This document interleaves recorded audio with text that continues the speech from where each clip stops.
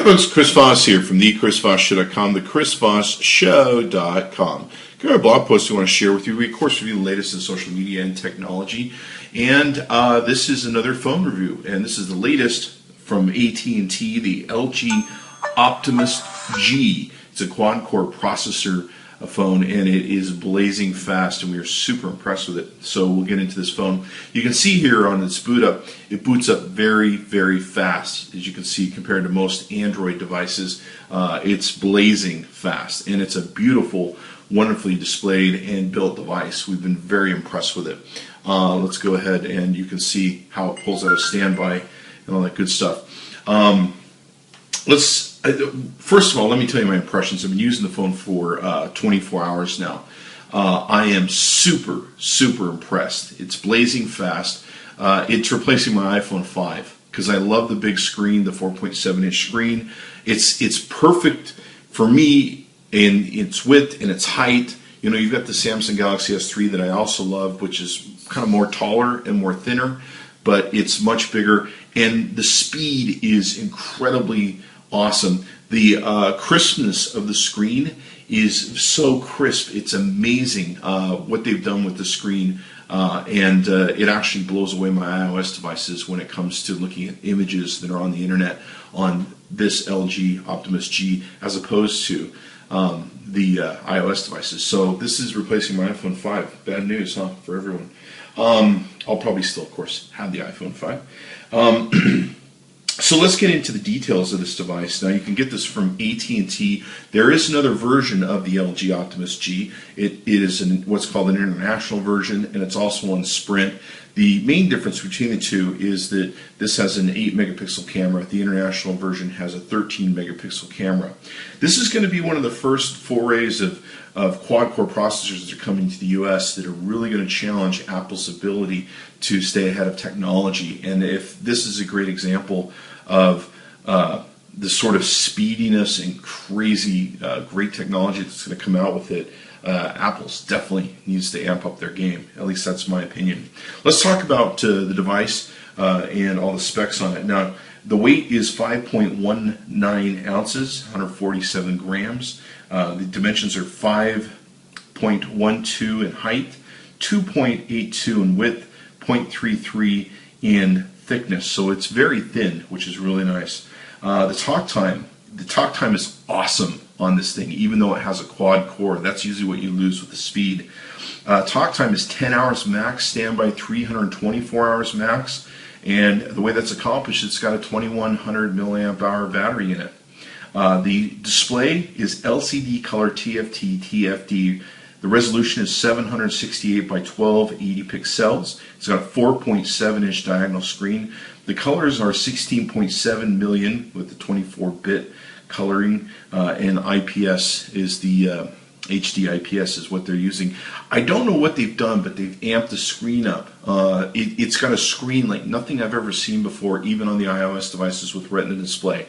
And when you see some of our comparison videos that we'll do, we'll probably get into some of those in this review. The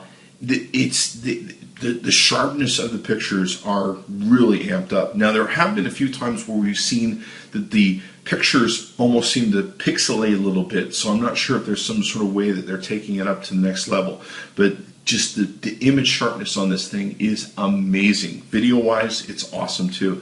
So let's talk about, it comes with Android 4.04 out of the box. You probably said the same thing I did. Why doesn't it have Jelly Bean? LG has said that Jelly Bean will come to it. It would be stupid for them not to, but you know, now it's a waiting game. But you know, Android 4.04 ain't half bad, and this thing is just blazing speed anyway. The processor in it's 1.5 gigahertz Qualcomm Snapdragon S4 Pro, and quad core, of course, you've heard me talking about. 16 gigabytes of internal storage, and plus they give you a 16 gigabyte micro SD card that you can take and put into it. You're going to be running with AT&T on 2 gigabytes of RAM. It's got an NFC chip in it so that it can do NFC chip reading. Now, it said it came with a 16 gigabyte card that it comes from AT&T. One thing that we did is we wanted to see how much it would hold. We couldn't find anybody who could tell us what the max was. So we took our latest cards we've got from Kingston Technology at amzn.to and put in a 64 gigabyte, this is the new technology, SDXC card class, and it seemed to recognize all 64 gigabytes of the chip. So evidently you can go up to 64 gigabytes as far as we can tell with it. Some of the other different specs, let's go ahead and cover those. The resolution on it is 8 megapixels on the back. On the front facing camera, it's 1.3 megapixels. Seems like a good camera. And you've got, of course, 1080p going out the back for video capture and 720 coming out the front. I really love the design of it and how it's made up too. That's the other thing that's made me fall in love with this phone. It's the perfect height and width for me. Now I have very large hands, so it might be very different for other people, but the real talent is being able to have a phone that you can take out of the house, but also one that feels big enough where you can take and see everything on it. And so I love the size and scope of it. I love the beautiful way it presents in its size. It's, when you say 4.7, people, there's a whole different variations of how 4.7 can be laid out. Now, the other thing I really like about this device is it's got this landscape mode where it can very easily go to landscape mode for a lot of stuff, and it does in a lot of apps and things that on other Android phones you won't get this feature. So it'll do a landscape mode very well and easily flip back, and of course you can control that. But I love how it presents in landscape mode. It gives me the actual feeling, because we've recently been playing with the LG Intuition and the and also the Note, the Galaxy Note and the Note 2, and it really gives me the impression that I have a smaller, littler version of those in my hands, but not too little. So it's almost the perfect balance between some of your phones that are smaller and the Galaxy Note. It's like the perfect mid tablet slash phone. So let's take and benchmark this thing, and we'll show you some of the other details of the software. Now, it comes out of the box with the Android 4.04 on it. I think we discussed that. You can see here they got a great notification menu. They have something on here called Quick Memo. And Quick Memo is pretty interesting. What Quick Memo does, it enables you to take any screen and make a memo of it. You can see here some of the different things that you have. So if you want to draw on the screen, maybe make a notation to your workers, hey, someone needs to fix this on the website or something of that nature. You have the ability to do these adjustments, and you of course have an eraser. You can save it, you can share it, and everything else. And of course, these get stored in your gallery. So the Quick Edit is a pretty interesting feature that I really like. Let's take a look at some of the other notifications. You've got sound, Wi-Fi, Bluetooth, NFC, GPS, airplane mode, and you can go into edit where you can edit the stuff that's here. So that's really cool too. Very clean notification menu. Here you can see the general settings that you can take and go into. Now, I love how they've laid this out. It looks really good, looks really clean.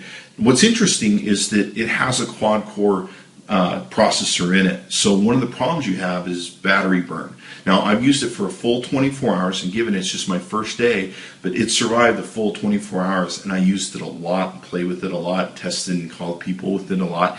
The battery held up really good.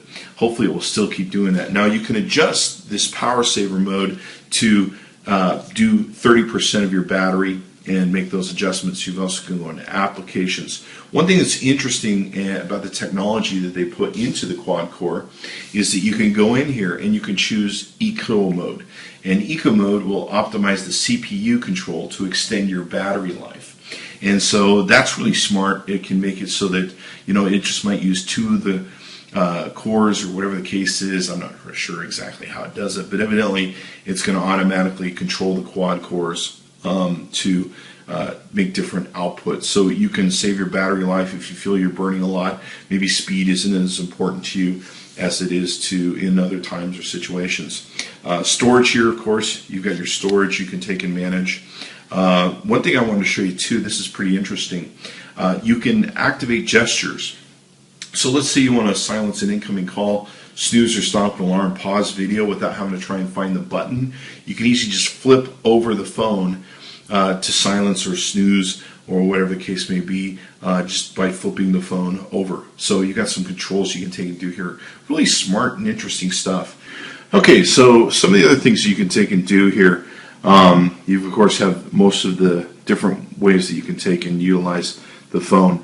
One thing that's also interesting is you have the ability to adjust your brightness. But what happens is there's a device inside the quad-core phone that's basically, when the phone gets a little warm, and it does get a little warm on the back, it will take and adjust down the brightness. So sometimes you'll see the brightness sliding up and down, and it will give you a little warning saying, hey, we're adjusting the brightness of the light, et cetera, et cetera. So that's one element of the phone that's been kind of interesting to deal with.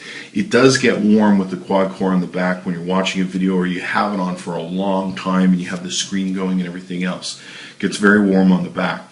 Not a big deal. It's the kind of warmth that you get off an iPad 3. It's kind of, I get off the iPhone if I use the video for a long time. It's pretty nominal compared to just about anything else. So you've also got a wise screen that can keep your device on when it detects your face looking at the screen. You've got auto rotate of your screen too. Aspect ratio correction. This is kind of interesting. If you've got different apps that are giving you aspect ratio problems, you can do some adjustments to fix those. So I was very interested in those. Motion sensor calibrations, improve the accuracy, tilt, and speed. Notification flash, front light key. Really interesting how you can adjust some of this stuff. I've never seen this on some of the Android devices so far that's come out, and being able to adjust the light durations and everything. Basically, a lot of different ways you can customize this to deal with the quad core and the battery burn of your speed. You can set up quiet times, et cetera, et cetera. Of course, you can customize here. You can see, of course, networks that you can go into and control your stuff. So those are the settings, and they've got some interesting parts to their settings that I've never seen before. And I'm pretty impressed they threw them in there. I'm sure they had to do that so you could adjust the quad core. Now, swipe-wise, they've got kind of an interesting swipe that you normally don't see on Androids. It kind of has this weird fold-out, flip-out, where it acts like a flip this way. And it is an infinite swipe, so you can go from left to right, right to left, and keep on going. It's really cool. You can actually change the wallpaper on your app section area different than what you have on the home page area. Of course, works really well for I think you can put more icons down here than you can on some mouse. What we've done is we're running small icons on here. At the top, you've got a speaker for your phone calls. You've got a front-facing camera right here. You got a capacitive touchscreen buttons here with the back button, the home button, and then you also have a memory button there. I really like the device. We've been super, super impressed with how fast it will take and work. In fact, what I'm going to do here is we're going to do a power off and restart, and I'll let you time the speed as to how long this takes. And of course, the great thing is you can take and use this with your phone at home and get an idea as to the speed that your phone takes. It's got one of the fastest boot times that I've seen on a mobile phone Android device. I've been just really impressed with it. And like I say, I'm blown away. There's a crispness to the screen that they've taken and done too. And it makes all the difference in the world when it comes to looking at images. And I've just been really blown away by that too. It's been an amazing phone. And if more of these quad cores in the Android product are going to come out with this, it's going to be freaking cool. So you can see here, we're booted back up. One of the fastest load times, I think, on Android devices, although I haven't really measured that specifically. Let's take a look at the back of the device. The back of the device is good looking too. On the back of the device, what we've got is we've got the camera eye here, your flash lamp here, AT&T logo in this case. Speaker right here, it looks kind of small, but it's definitely a powerful speaker and really rocks and rolls. What I do like is that the camera eye is recessed behind the glass here. It's not kind of out in the open, but one thing you will want to do is get a case for the back of this, because if you scratch this up much, you're definitely going to have some issues. There's a small rise on the outside of the case, but not enough to protect this back. You can see here it's beautifully designed. I had some people asking what that was in the background. It kind of looked like a graphite design that's in there.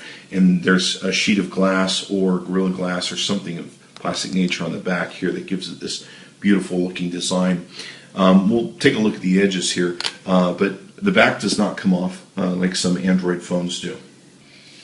Okay, so here you can see the top of the LG. One thing that's interesting is the build of a phone is very important to me. Like with the Apple iPhones, I like how they're built. You can see here it's got a really cool design where they put in this this kind of rounded edge. There's some of this graphite looking material backing behind it. You've got a small microphone hole here, and you've got your earphone jack plug there. But I like how this is built, designed, and presented. It really gives a good look to the phone and has a very solid feel.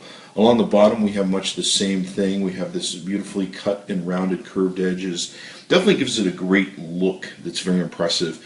Here we just have two screws that you use to, of course, get into the device if you want. We have the charging sync port, which is your micro USB. Okay, so here we are looking down the right side of the device, and once again, it's got really sleek lines, beautiful design. It's not plastic, it's kind of a metal of some type, or maybe it's a heavy polymer plastic, I'm not sure. But it definitely is good looking and sharp. The phone does not feel plasticky in any way, like some other phones that are out there in the market. You have your, of course, your power button here. Let's flip the phone around. Once again, on this side, you can see it's got the sleek sides. You've got your rocker button for volume up and volume down here.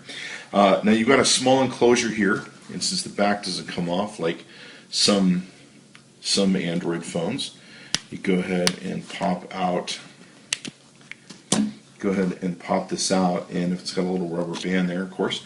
Now you've got two areas here. This one is for the SIM card to be able to go in, and this area here is for your micro USB card to take and go in. Now, one other thing I wanted to show you that's I find pretty interesting. We test a lot of Android phones. The editing for this device is one of the best editing softwares for doing your apps, downloads, widgets, wallpapers, etc., etc. It's really easy to go ahead and choose things and have it automatically put stuff up for you. It's really easy to move stuff around that you might want to take and do. I really like it. You can see here it easily loads up your stuff. It's really easy to go ahead and put stuff in. It of course has live wallpaper capabilities. You can see here downloads. Of course, you've got your widgets that everyone loves with the Android system, where you can customize all your stuff. And of course, you got wallpaper. You can use your gallery, live wallpapers. Now, given with the live wallpapers, you're probably going to burn down your battery much faster by doing those. But I really like the way that the menu works on the LG at being able to adjust the different folders and everything else that you can do with the device. Okay, so speed test wise, this was something that actually surprised us. We expected a little bit more out of it, given the its ability to consume and process data. This was our speed test results. This is, of course, using the AT&T network. Now, keep in mind, this is a results log. We have the Wi-Fi on right now. When the results were taken and done, the Wi-Fi was off, so don't write me on YouTube. Anyway, you can see the numbers here that we got, which are good numbers for AT&T. We were really surprised that we saw some people back east, like in New York, that were saying they were getting up to 13 megabytes of download. And of course, with all these devices, depending on what area you're at, the mileage will vary. Sometimes you may have a better signal in some cities than others, or you might be closer to something, Tana, whatever the case may be. So you can see the numbers we got. The numbers are definitely good. There's not a problem with them. We just kind of expect a little bit more since it's outperformed on all of our benchmarking scales otherwise. But that's pretty awesome for a phone, so can't complain too much there. Okay, so now what we've done is we've set up the LG to act as a hotspot through AT&T, where it's providing Wi-Fi service to our iPad 3. You can see here some of the speeds that are coming through the Wi-Fi hotspot on the LG. Pretty nominal, pretty much about the same of what we saw with this thing accessing the network. It's got very fast serving speed, and so did a good job. Okay, so here we're showing the brightness test with the brightness tester app. You can see here are greens, light blues, purple, reds. The colors are coming through very distinct, and we're seeing, of course, more color than we normally do with other Android phones. It's really a beautiful screen. Okay, so here you can see we're using the Geekbench 2 app to take and benchmark this. This is one of the main apps a lot of people love to use to benchmark phones. Now, what's interesting about the quad core on the LG is that it has a quad core processor, of course, in it. And what it does is it monitors the device to take and tune the display up and down in brightness, depending upon how hot the temperature gets of the device.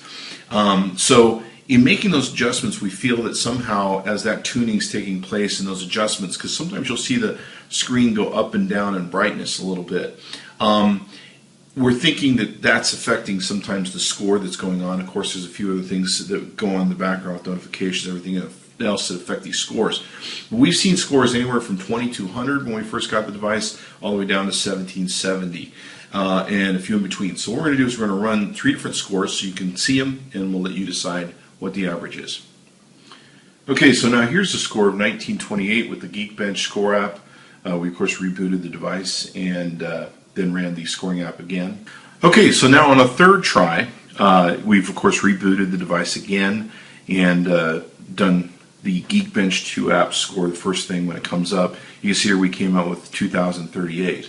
So a little bit of variation, of course, in scores, and there usually is with most of these benchmarking apps. But this is huge. You've got the S3 and the iPhone 5 barely coming in at 1500. The international version of S3 I think comes in the 1700 somewhere. I've never had one to benchmark it myself. But this is huge with the quad core speed that this has, and you do notice it. Okay, this is pretty amazing. This we use the AT&T benchmark version 2.9.4, and in the test it came out with 11,274 in its score, which is huge. Most Android phones will come in sometimes by half that much. So we were just blown away by the numbers. You may be able to see there's some slight adjustments that's happening. It's tuned about 1 or 2 times the screen brightness, and of course that's the quad core operating with the heat. And of course we're running this phone pretty hot right now with all the testing we're doing with it and videotaping. But it's interesting how well that score came out. Okay, so here we're using the quadrant standard test, and this is mind-blowingly fast. You can see here that our device scored 7461.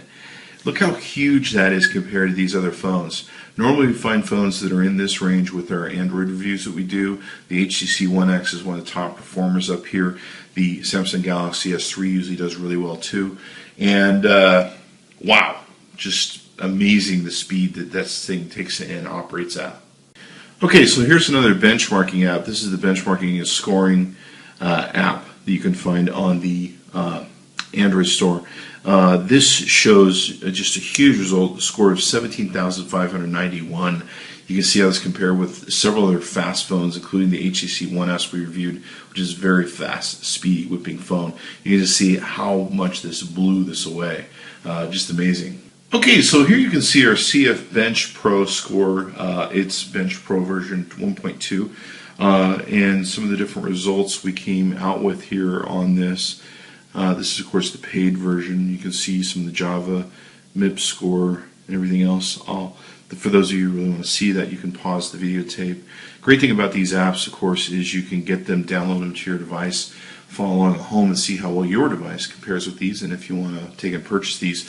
The overall score that we got on the CF Bench was 15,027. You can also see how the device rated up against the Samsung Galaxy S3 really blew it away. HTC One X, Galaxy S2, HTC Sensation, etc., etc. Okay, so now here we're doing the GPS test. What this does is sees how many satellites the device can take and pick up, how accurate it can get. Most phones come within 10 feet. You can see here it's easily picking up 23 to 22 different satellites, and it's using about 16, which is a really good high number. Well, floating between 14 and 16, but definitely knows where its place is on the planet. Okay, so here we're using the Passmark system test. 2489 is what it came in with its score. On the CPU test, came with a whopping 9,170. Disk test 3,853. We'll of course be doing reviews, comparative reviews on all these phones with the other phones we have in our arsenal, including the S3 and the iPhone 5. So be sure to tune in for that. Memory test 2320, 2308 for the 3D graphic tests.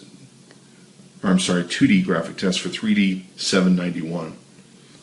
Here's our GL Benchmark 2.5.1 app test with the GL Benchmark HD that we're doing for the Egypt test.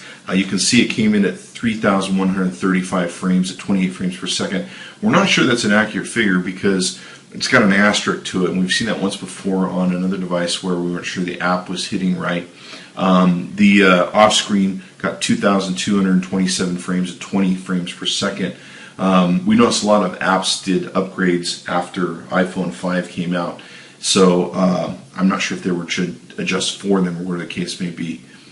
Okay, so here we can see the Vilama scores. Now the Vilama scores will many times test the Java scripting and everything else. They go through a number of different processes to test the HTML5 on the phone. So it scored 1503 on the HTML5 score and 587 on the middle score. Okay, so browser mark score-wise, using the browser that comes with the device, it scored 91,632 with the browsermarkrightwhere.com website. Okay, so now we have our SunSpider JavaScript benchmarking results on the web browser. Of course, we're using the one that comes with the device. We scored 1,435.8 milliseconds. Here's the billion counter app test. This counts how quickly the device can get to count to a billion, if you will. This thing did it in 18.063 seconds. We've never tested a device that moves that fast. Crazy.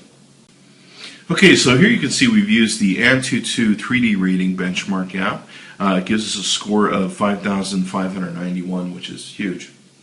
Here's the SQL test that we're doing with RL Benchmark's SQL Lite performance test. This measures inserts, string comparisons, indexes, all this sort of different things. You can see here it came in at 24.143 seconds. Here we're using the KFS benchmark app. This is showing us that the overall frames per second that it was getting on the test that it does was averaging about 40.221. It was as high as up to 60 with the Bamboo and Wavescape tests, and the Galactic Core came down to about 24. Okay, so now let's take a look at the camera. I'm actually pretty impressed with the camera that's on this device. The picture is 8 megapixels. The video is really, really good. The night shots are really good. The flash lamp for nights, for video and for shutter is really good. One thing that's really awesome is the fast dual core gives you a really fast shutter speed, like super fast, if you can see or hear that. Really fast, probably one of the fastest shutter speeds I've seen in an Android device. When you go to focus, what's nice is you can set it to focus. It will do a beep to let you know when it's in focus at the point you instructed it to be at, and then it will go ahead and do the photo. You can switch over here on the right side between video and your camera. You've got your shutter button here, and of course your other pictures here. Here you can of course switch between the front and back camera. One thing that's interesting with these LGs, this was on the Intuition that we reviewed recently, is they make it so you can say different commands to activate the shutter and different things on the LG. So you can make cheese or something like that, and it will automatically do it if you activate that process. Now there's a time catch shot you can of course take and do. Let's take a look at the scenery modes. You've got some normal HDR panorama continuous shot so you can take and do. In settings, of course, you've got a quick edit menu, flash, zoom, brightness, focus, much of the same things you'd find in most Androids. Image size, here's actually the scene mode that will do different things. Sports, sunset, smart shutter, night. There's your ISO mode, your white balance mode, color effect, timing, geotagging, auto review, shutter speed, all that good stuff. There's even a camera help guide to give you some help, and of course you can reset the settings. So really great menus they've taken and given you here that you can take and access. Now let's take a look at some of the pictures that we took with the device. Like I say, we really like some results we got. And of course you can see here some of the silly pictures we just took. Now it takes great video and great night darkness video. The lamp goes really well. Let's give you some video here that we'll play for you. You can see this. Now you can't really see it in these photos, but there's a huge amount of brightness and light that's coming in the area from the lamp. The lamp responds very well at directing light, and it gets great video. You can start to see here as this comes into focus the sharpness of colors, the sharpness of her hairs and stuff. Even the grass you can see very strong on the ground that's there. So let's take a look at another shot. Here's another video shot that we did. Really good video that we're getting off the device. Comparatively with other phones, I wouldn't know. We'd have to go side by side, but it's definitely good video, and from what we can see in its clarity and resolution. So let's take a look at, you can see my dog there. Here's a close-up shot of a Bounty towel. We were trying to see how close we could get with seeing the little digits that are on there.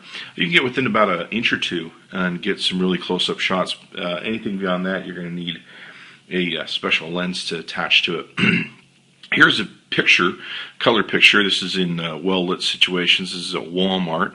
It's an okay shot. It's not the greatest photography in the world that I've seen. And of course, these are just general shots, but the color shots are normal. It's an 8 megapixel camera. Nothing really special here to see, etc., etc. Colors come out pretty good. You can see here we did a shot of our tablecloth. Now this is very impressive. This was the shot in the complete darkness, so that the shutter doesn't have a chance to find the object and focus on it first. It has to rely on shooting the flash and then hitting the object. So this is actually a complete darkness shot where the flash is activated, and this is probably the best colors we've gotten out of any mobile phone that we've taken and reviewed.